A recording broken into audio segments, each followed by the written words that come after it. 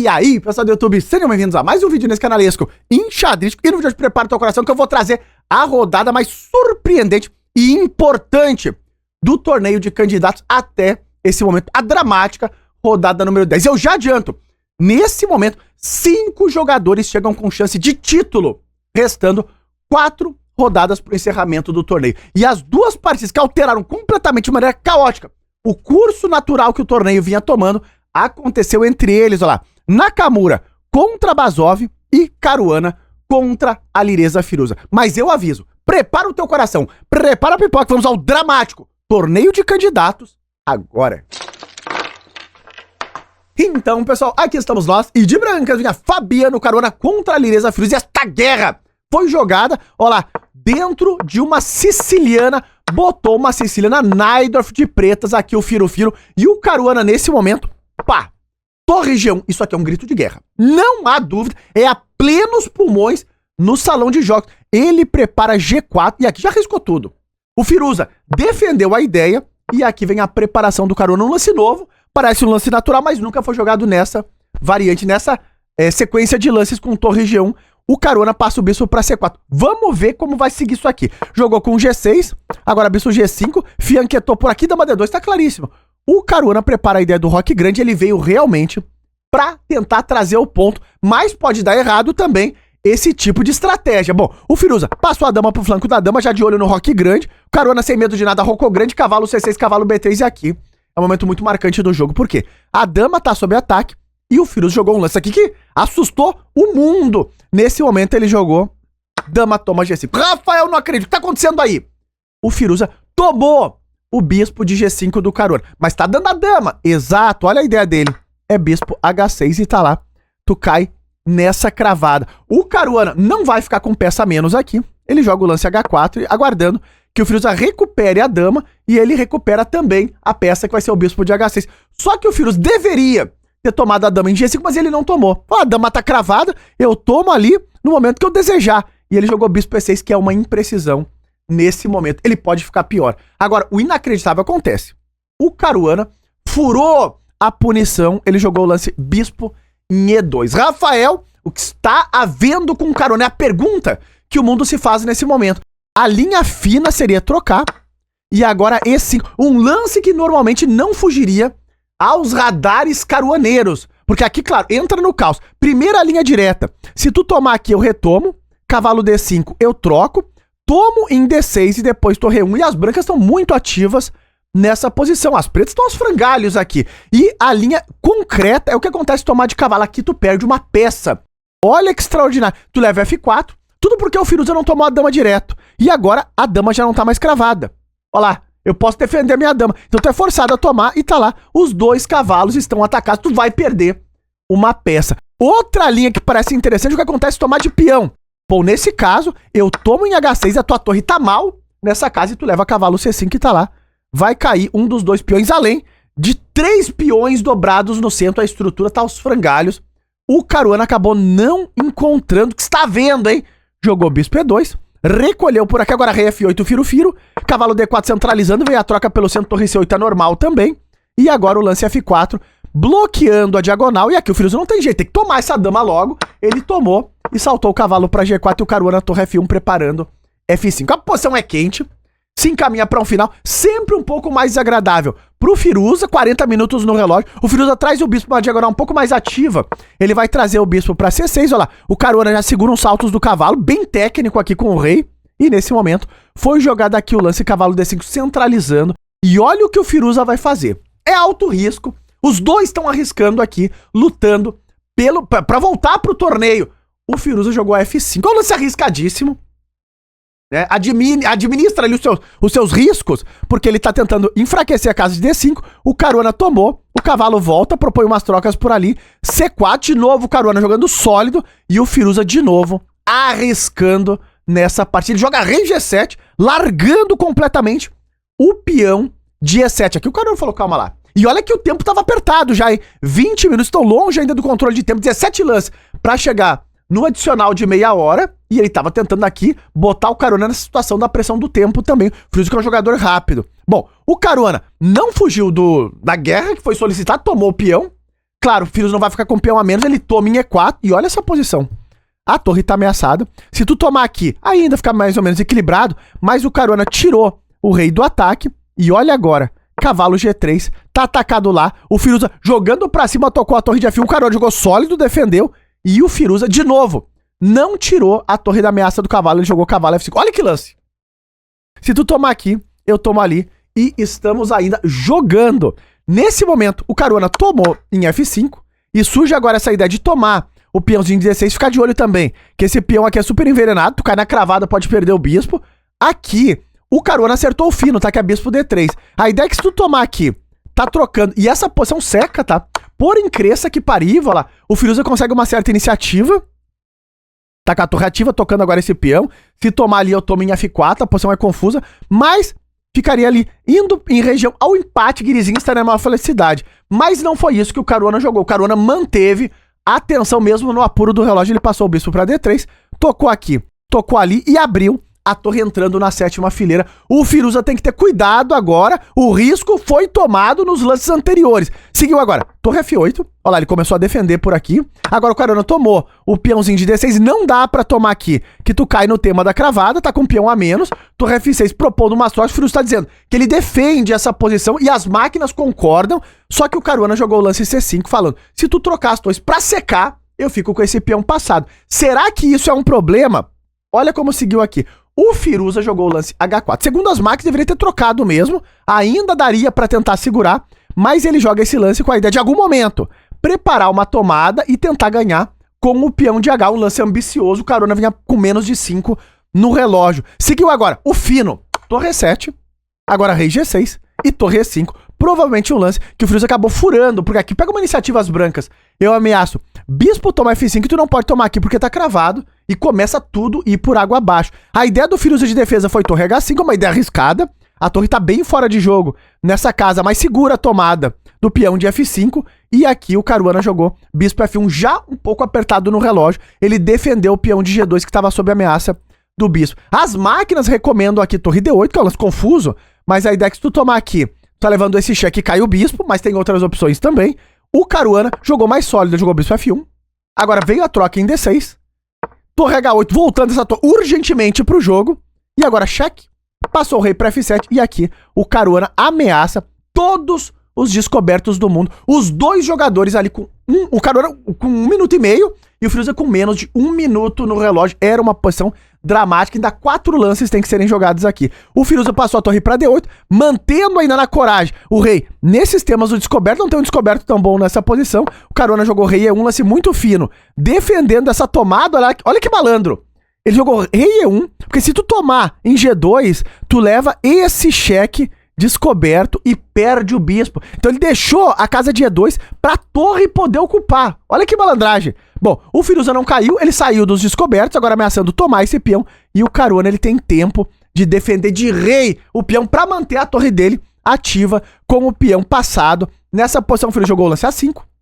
Ainda 2 lances do controle de tempo, jogou A3. B5 foi jogado e aqui bispo D3. E o Caruana ganha meia hora no relógio. O Firuza também vai ganhar. Ele tá ameaçando aqui. O Firuza defendeu contra-atacando a torre. Só que essa posição, ela é vantajosa para as brancas. Olha como seguiu o Caruana. Ele jogou cheque. E aqui o Firuza cobriu de bispo. E vai ter problemas, olha. Porque cai o peão de B5. Tu ameaça no bispo C4. E tu tá todo cravado. Então ele saiu da cravada com o lance rei F6. Torre C7 foi jogado. E agora o Firuza toma esse peão.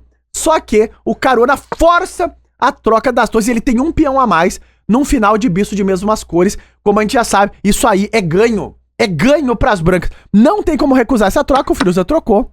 Só que depois do lance bispo B3, bloqueando o avanço, o Caruana vai mostrar o plano dele lá. Ele fica de olho no peão de F5, não deixa o rei sair pra longe. E depois de rei G6, rei G1. E tá claro, o plano das brancas é vir pegar o peão de H4. O teu rei tem que ficar vigiando F5. O bispo não pode sair, senão joga o B4 e passa o peão. Aqui o Firuza se deu conta que não tem como jogar. Ele abandonou essa partida. Rafael, calma lá. Como assim abandonou? Ainda tem recurso. Mostra esse plano na prática. Tem que ficar parado aqui e eu vou levando o rei pra tomar esse pimpolho. Se tu tentar em algum momento contra-atacar lá, se eu tomar aqui, tu toma em G2, agora eu disparo o peão de B e tu vai ter muitos problemas, porque agora Tá chegando o lance B5, bispo C6, tu vai ter que sair dessa diagonal, H4 tá caindo, não tem mais como salvar. Um exemplo disso é essa variante do bispo C6. E se tu trocar aqui, claro, aí tu tá totalmente perdido, porque tá caindo todos os teus peões do flanco do rei, 2 passados pras brancas, fim de jogo. E o drama segue na partida Nakamura contra Abazov.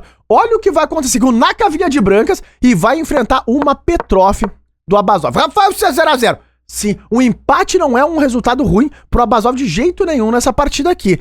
O Naka tomou em E5, agora entram nessa linha que é uma das principais, e aqui o Naka joga um lance que era a sugestão do Alekhine no livro dele, olha lá. O lance D3 expulsa o cavalo e depois é que tu joga o lance D4. Tudo bem, aqui não tem nenhum tipo de novidade, eles jogam de maneira normal o desenvolvimento e o Abazov fecha o centro com o C4. É uma posição ainda muito equilibrada. Bom, bispo C2 foi jogado, segue o desenvolvimento rock and roll, controla a casa de G4, passa o cavalo pro jogo e aqui o Naka, pá, bispo G5, que ele bota essa cravada no cavalo de F6, o Abazov tenta se livrar da cravadura e o Naka diz não, vou manter essa cravada aqui. G5 já é um pouco arriscado demais, tá expondo muito o rei, o Abazov começa a jogar pelo flanco da dama um lance que as máquinas não gostam muito, porque deixa o cavalo de C6 solto. E o Naka vai tentar aproveitar isso de acordo com a posição dele. Olha, passou a torre Pre1. Agora A5. Segue a expansão no flanco da dama e cavalo E5, que aqui tu tem alguns problemas na posição das pretas. Olha, tu não pode tomar direito, que eu tô tomando, o cavalo tá ameaçado, tá cravado, então já tem esse dilema. Não pode tomar de bispo, porque a cravada ainda é super incômoda. O Abazov tem que jogar um lance mais triste, que é o lance torre A6, e segurar o cavalo na casa de C6. Ainda não é tão fácil de punir essa posição. O Naka seguiu desenvolvendo, o Abazov tira agora o bispo aqui, deixando a dama passar pro jogo. Essa dama pode vir pra casa 16 pra sair da cravada também.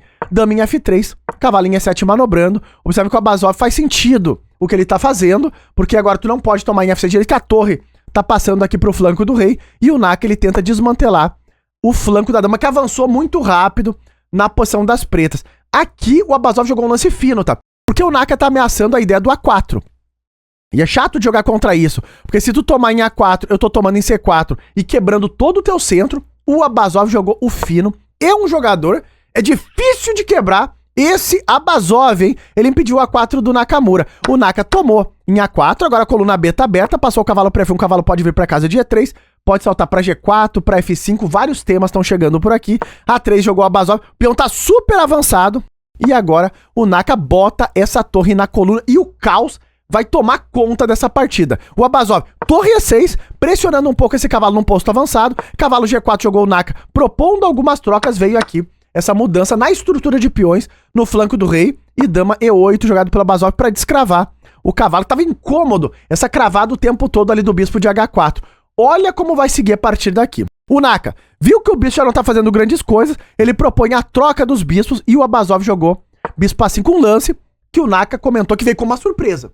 Porque agora ele fica incomodando o peãozinho de C3, tem que ter um certo cuidado aqui. O Naka simplificou um pouco a posição, ele trocou em E6 e agora infiltrou a torre na 7ª fila. É uma posição caótica, tá? As máquinas gostavam da ideia do torre B8, o Naka comentou também que ele não tinha certeza que esse sacrifício da dama por torre e bispo, se ele teria compensação aqui ou não. Ele acabou não jogando e ameaçando agora a ideia do bispo D6, o cavalo tá cravado, só que aqui o Abazov, ele jogou o lance cavalo C8, que vem como uma imprecisão. Inclusive, o lance que a máquina diz que a bomba aqui não é uma linha fácil, tá?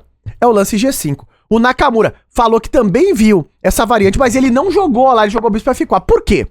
Não é uma linha tão clara, tá? A do G5, porque as pretas têm um recurso fino contra a G5, que é a dama C6, pra tirar essa torre da 7ª fila. Claro que a linha direta, se mantiver a torre ali na 7ª, tu tá frito. Por exemplo, se eu jogar G5 e tu tomar aqui, já era. Claro que o Abazov não jogaria isso, né? Dama C6 seria o fino, mas só pra gente entender o que é que tá acontecendo. Tu leva a dama H5, tá levando mate agora em H7, tem que jogar esse, eu tomo de novo. E mate em H7, e se tu tomar aqui, ó lá, mate em H7, porque a torre tá no lugar certo e na hora certa. Agora, claro, essa não seria a linha super direta, teria contra-jogo aí no meio com dama C6. O Naka não se sentiu confortável de entrar nisso e ele jogou bispo F4 e agora o negócio começa a se complicar. Olha o que vai acontecer aqui. Dama C6 jogou Abazov, o Naka torre B8, a torre tá ativa, e aqui o Abazov jogou um lance muito fino, e o Naka, que tava numa posição melhor, pode começar a se complicar. Olha esse lance, isso é uma coisa inacreditável. o Naka gastou tempo no relógio e voltou a torre pra B1. Agora, calma lá. Vocês devem estar vendo a linha, Rafael. Por que o Naka não jogou bispo H7 cheque? É forçado, olha lá. Toma e cai a torre. E aqui vem a exclamação do cavalo E7. Porque o que o Abazov viu é coisa insana. Ele viu cavalo G6, olha que lance. E aqui tu se dá conta que as pretas vão recuperar a qualidade. A torre não tem casas pra se esconder. Olha, aqui não dá, aqui não dá. Aqui também não pode, aqui não pode. Aqui o bispo pega, aqui a dama pega. Só tem uma casa, que é o lance torre B8. E olha o inacreditável. Tu leva esse e esse. E vai ter que calcular isso fino. Porque em alguns casos tu tá perdendo a torre inteira, vai ficar com peça menos ainda. Ainda teria esse recurso. Quando tu toma aqui, tem um cheque, olha lá. E tu recupera a peça. Mas a linha que o Abazov encontrou aqui é uma coisa extraordinária. G6, toma ali e cai G4 ainda. O Abazov aqui... O que aconteceu nesse... Cavalo E7 foi uma bomba. E é esse lance que começa a alterar a partida a partir daqui. Porque, olha lá, o Naka voltou a torre pra B, já tá mais passivo. Agora, dama D7 jogou o Abazov, pressionando esse peão. Jogou G5 pra não deixar cair. Agora, bispo G4, a coisa complicou. A dama do Naka tá super ameaçada, olha lá. Dama G3, agora H5. Dama em E3. E cavalo G6 e sim. O Abazov tá um pouco melhor nessa... Tá lutando aqui pra ganhar o jogo. Bispo H2 recolheu a peça o Nakamura. Torre em E8, traz a torre pra coluna. Dama D2 e pá! A torre entra na 7ª fila. O Naka com pouco tempo no relógio. O Abazov apertando. Só que aqui, o Naka é malandro. Ele jogou torre B8. E o Abazov teria o fino cavalo F8. Ainda mantém a ideia do ataque. E pode, em algum momento, começar... ativar também talvez o bispo de A5, e a posição não é fácil aqui para as brancas, inclusive as máquinas gostam da posição das pretas aqui. Só que o Abazov, ele acabou cometendo uma imprecisão na sequência, ela jogou rei H7, a posição ainda tá em equilíbrio, o Naka defendeu a dama dele com dama C1, a posição super tenso não pode tomar aqui, tá levando o bispo G6, olha lá, e tá caindo o bispo, então começa a surgir muito contra-jogo também para as brancas, e o Abazov jogou dama E7, parece um lance natural, ele conecta a dama com a torre, mas é justamente essa conexão que o Naka consegue interromper. O Abazov furou o recurso do adversário, olha lá. Bispo E5. E aqui tu tem problemas de pretas. Virou o negócio. Foi uma verdadeira montanha-russa. Porque agora o cavalo tá cravado. Olha lá, o rei tá meio que... Por isso que talvez cavalo F8 era mais fino, para não ficar com esse cavalo cravado desse jeito. E aqui tem a ameaça de cavalo G3. E olha lá, a torre tá presa. Tu perde a qualidade de preto. Se não tem muito como impedir isso. O Abazov ele jogou o lance dama E6. Observem que, se tu tentar jogar H4 pra controlar cavalo G3, tá levando esse lance, que também é uma insanidade total. Porque agora, se tu tomar aqui, eu tomo lá. E de novo, o rei tá mal colocado. Vem mate ali com dama H5, porque a torre tá cortando a 8ª fila. Então o Abazov jogou dama E6, tentando manter um pouco do jogo, só que levou cavalo G3 e não tem como salvar mais a torre.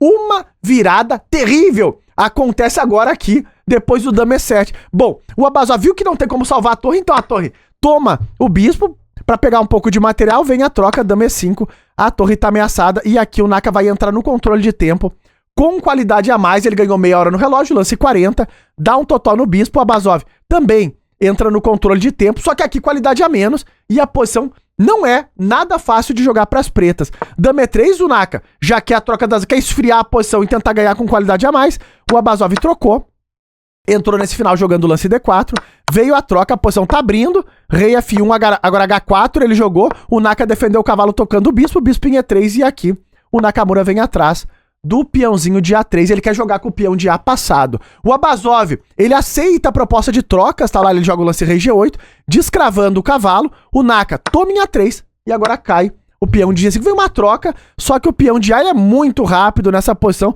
o Naka já dá o cheque, olha lá, o Abazov joga o cavalo F8 pra manter, sem aquele tema do rei H7, cavalo cravado, muito difícil sair daquilo, jogou o lance A4 e começou a disparada, o Abazov tenta jogar pelo flanco do rei, avançando a maioria dele, cavalo D4 centralizando totó nesse peãozinho, e H3 jogou o Abazov, abrindo a posição pro par de bispos. Vem a troca, o rei tá seguro também na casa de F2, mais um cheque, o Naka rei F3 chegando próximo do peão, bispo G4, cheque de novo, rei G2 e F4, olha lá, o Abazov ainda tá tentando com esses peões dele. Aqui o Naka jogou bispo F5, ele quer secar a posição que ele tem um peão passado distante na coluna A. F3 tentou o Abazov, rei F1 super sólido, E depois da troca aqui, a posição tá indo toda por água abaixo. O bicho tá ameaçado, saltou pra G5, mas depois de A5, o Naka até poderia jogar rei F2 pra pegar o peão, mas ele seguiu mesmo o mais simples, que é disparar o peão. Não tem como defender aqui. O Abazov abandonou essa partida importante da rodada. E ele abandonou porque não vai ter como defender esse negócio. O peão tá avançando e a torre é muito poderosa. Fim de jogo. E tá no ar a precisão dessas peleas. Observe lá. Nakamura contra Abazov. O Naka, próximo de 93%, jogou como uma máquina. O dama E7 do Abazov acabou punindo ele aqui. Claro, tinha pressão do tempo. Isso também aconteceu na partida do Caruana. Lá o Caruana fez próximo de 92%. E o erro da partida segunda, a versão das máquinas, o lance H4 não foi a melhor defesa do Firuza. Agora, fica de olho no que é que tá acontecendo nos resultados. Tudo mudou, tudo embolou, de repente, faltando 4 rodadas pro encerramento. 5 jogadores com chance de título, todo mundo embolado. Gukesh e Nepo com 6 pontos, Praggnanandhaa, Nakamura e Caruana com 5,5 pontos.